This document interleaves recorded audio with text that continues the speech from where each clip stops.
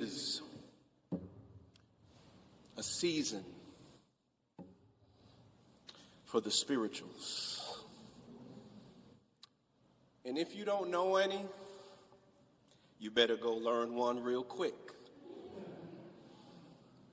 Because even though we are in October, for some people, every day is Good Friday.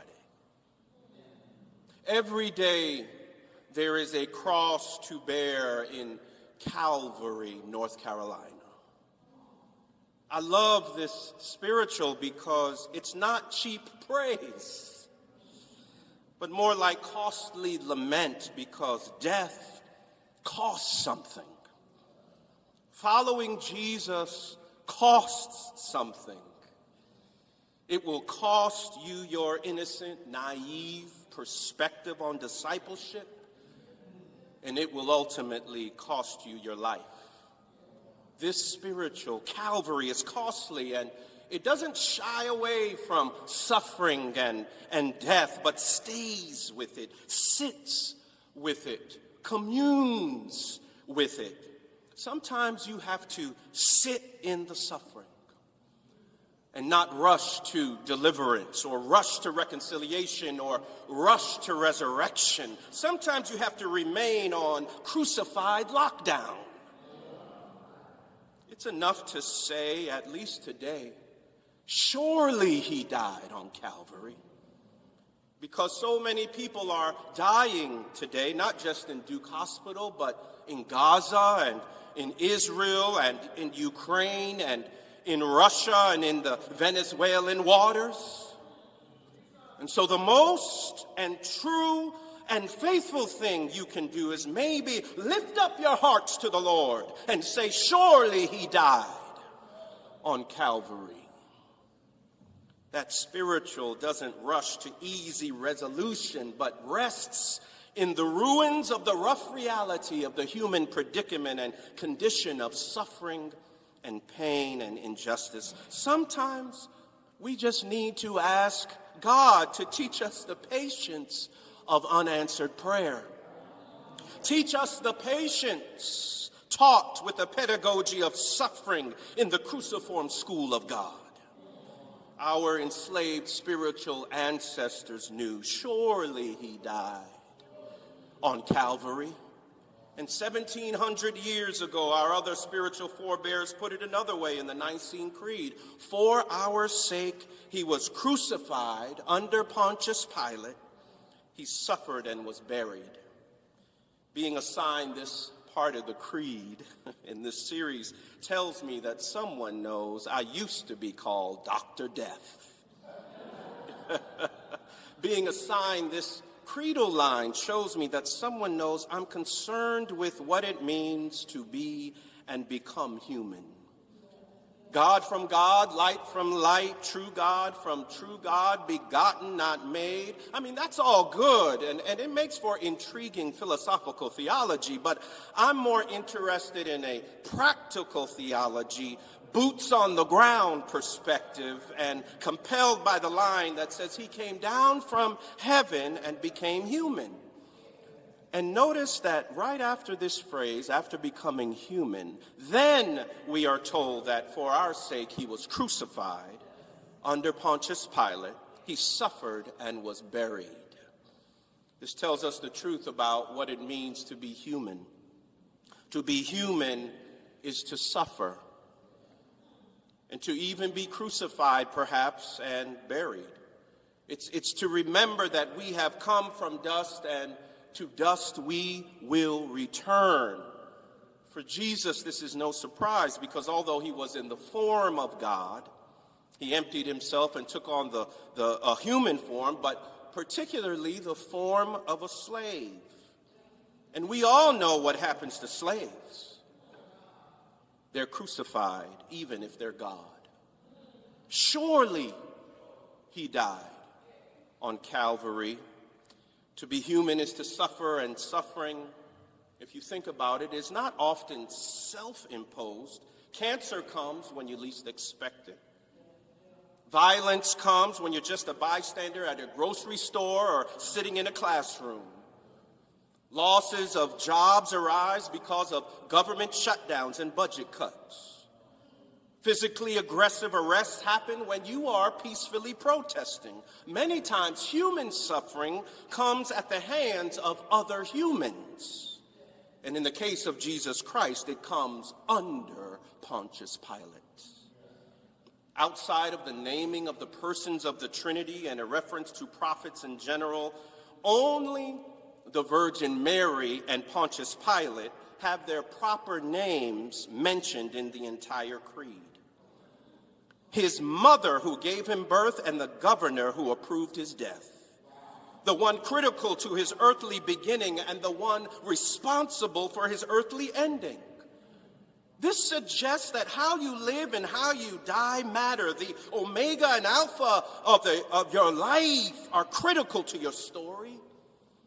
It's obviously critical for the story of Jesus. Surely he died on Calvary under Pontius Pilate. Pontius Pilate was the Roman prefect of Judea. He was known for a harsh governorship and marked by conflict with the Jewish population, and in the Gospels, he presides over the liturgy of the death of Christ, even though he believes Jesus is innocent and has the authority to release him. He gives into public opinion and pressure and the Gallup polls and delivers Jesus over to the crowd to be crucified. As Chaplain Benson wrote to me, he gives into the whims and the mania of the crowd. Pilate, of all people, whose name means armed with a javelin, the one with military prowess and a department of war, is the one who appears weak, at least in character. He has the power to do what is right, but yet will let the innocent be put on death row. He has the power to do what is right, but might only be worried about the next election cycle. He's the one who allows the crown of thorns to be twisted like a wine press on Jesus' head. He's the one who allows the vicious mocking and name-calling aliens and drug lords and terrorists and animals and nasty. We may talk about the crazy crowd, but the Nicene Creed reminds us that Pontius Pilate is fully responsible for the execution of Jesus. The crowd isn't named in the creed. The other religious or civic leaders who want Jesus crucified and dead aren't named in the creed. Pontius Pilate is. Jesus is crucified under Pontius Pilate. There are generations of Pontius Pilates walking in the world. There are Pontius Pilate people who are powerful but looking to put others under. They have authority and clout, but either don't use it or abuse it to oppress and afflict other people, especially the vulnerable. Pontius Pilate people. Do you know any? They lack the courage to stand firm in the face of opposition to doing what is right. They give into pressure at the expense of innocent lives. Where there are Pontius Pilate people, there is a lot of trouble. And this part of the creed and even the gospel reading today are full of trouble. Yet if I conjure up the homiletical theory of Paul Scott Wilson, and if you're in my intro class, you know what I'm talking about. There may be trouble, but there are also signs of grace. For our sake, he was crucified under Pontius Pilate. He suffered death and was buried under the gun, under the heel, under stress, under duress, under achiever, under educated, undertaker. He suffered death and was buried underground. Under. But then I remember this poem by Susan Sherwin, where she says, "We think that suffering means misery. the bearing down upon us of pain, the crushing weight of tragedy. But suffering, if we look closely at the word itself, means to bear up under. To bear up under. Suffering is not what happens to us. There is an aspect of ascension to suffering. She continues, it means not to be crushed. There is an aspect of resurrection to suffering. It means not to be defeated. There is an aspect of eternity to suffering. It means not to be destroyed, but to bear up under. To bear up under. For our sake, he was crucified under Pontius Pilate. He suffered. But I'm reminded by that poem that when Jesus suffered, he bared up under. He was not crushed. He was not defeated. He was not destroyed. He was under, yet he was still up. To bear up under. Just because something is under doesn't mean it's over. Howard Thurman knew this in his poem, The Growing Edge. The fruit ripens on the tree. The roots are silently at work in the darkness of the earth against a time when there shall be new leaves, fresh blossoms, green fruit. Just because something is under doesn't mean it's over. These days, there's community organizing and strategizing, justice work planning, government policy lobbying, fervent praying in the midnight hour occurring underground. Life is underground. Hope is underground. We may think that what we see is all that we get. But this wasn't true for Harriet Tubman's Underground Railroad. And this wasn't true for Jesus, who bared up under Pontius Pilate.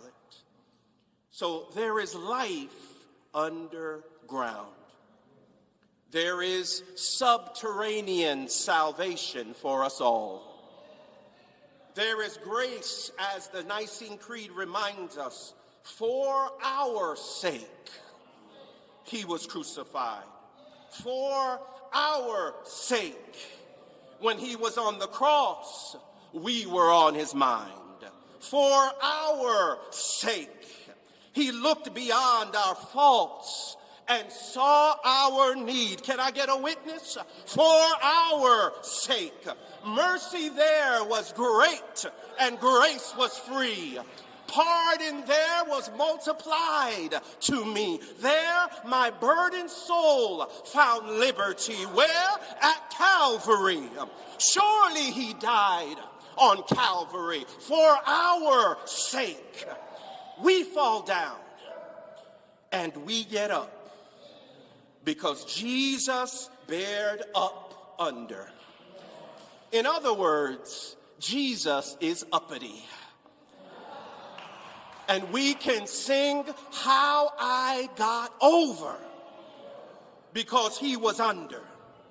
So don't leave this place without remembering that just because something is under doesn't mean it's over.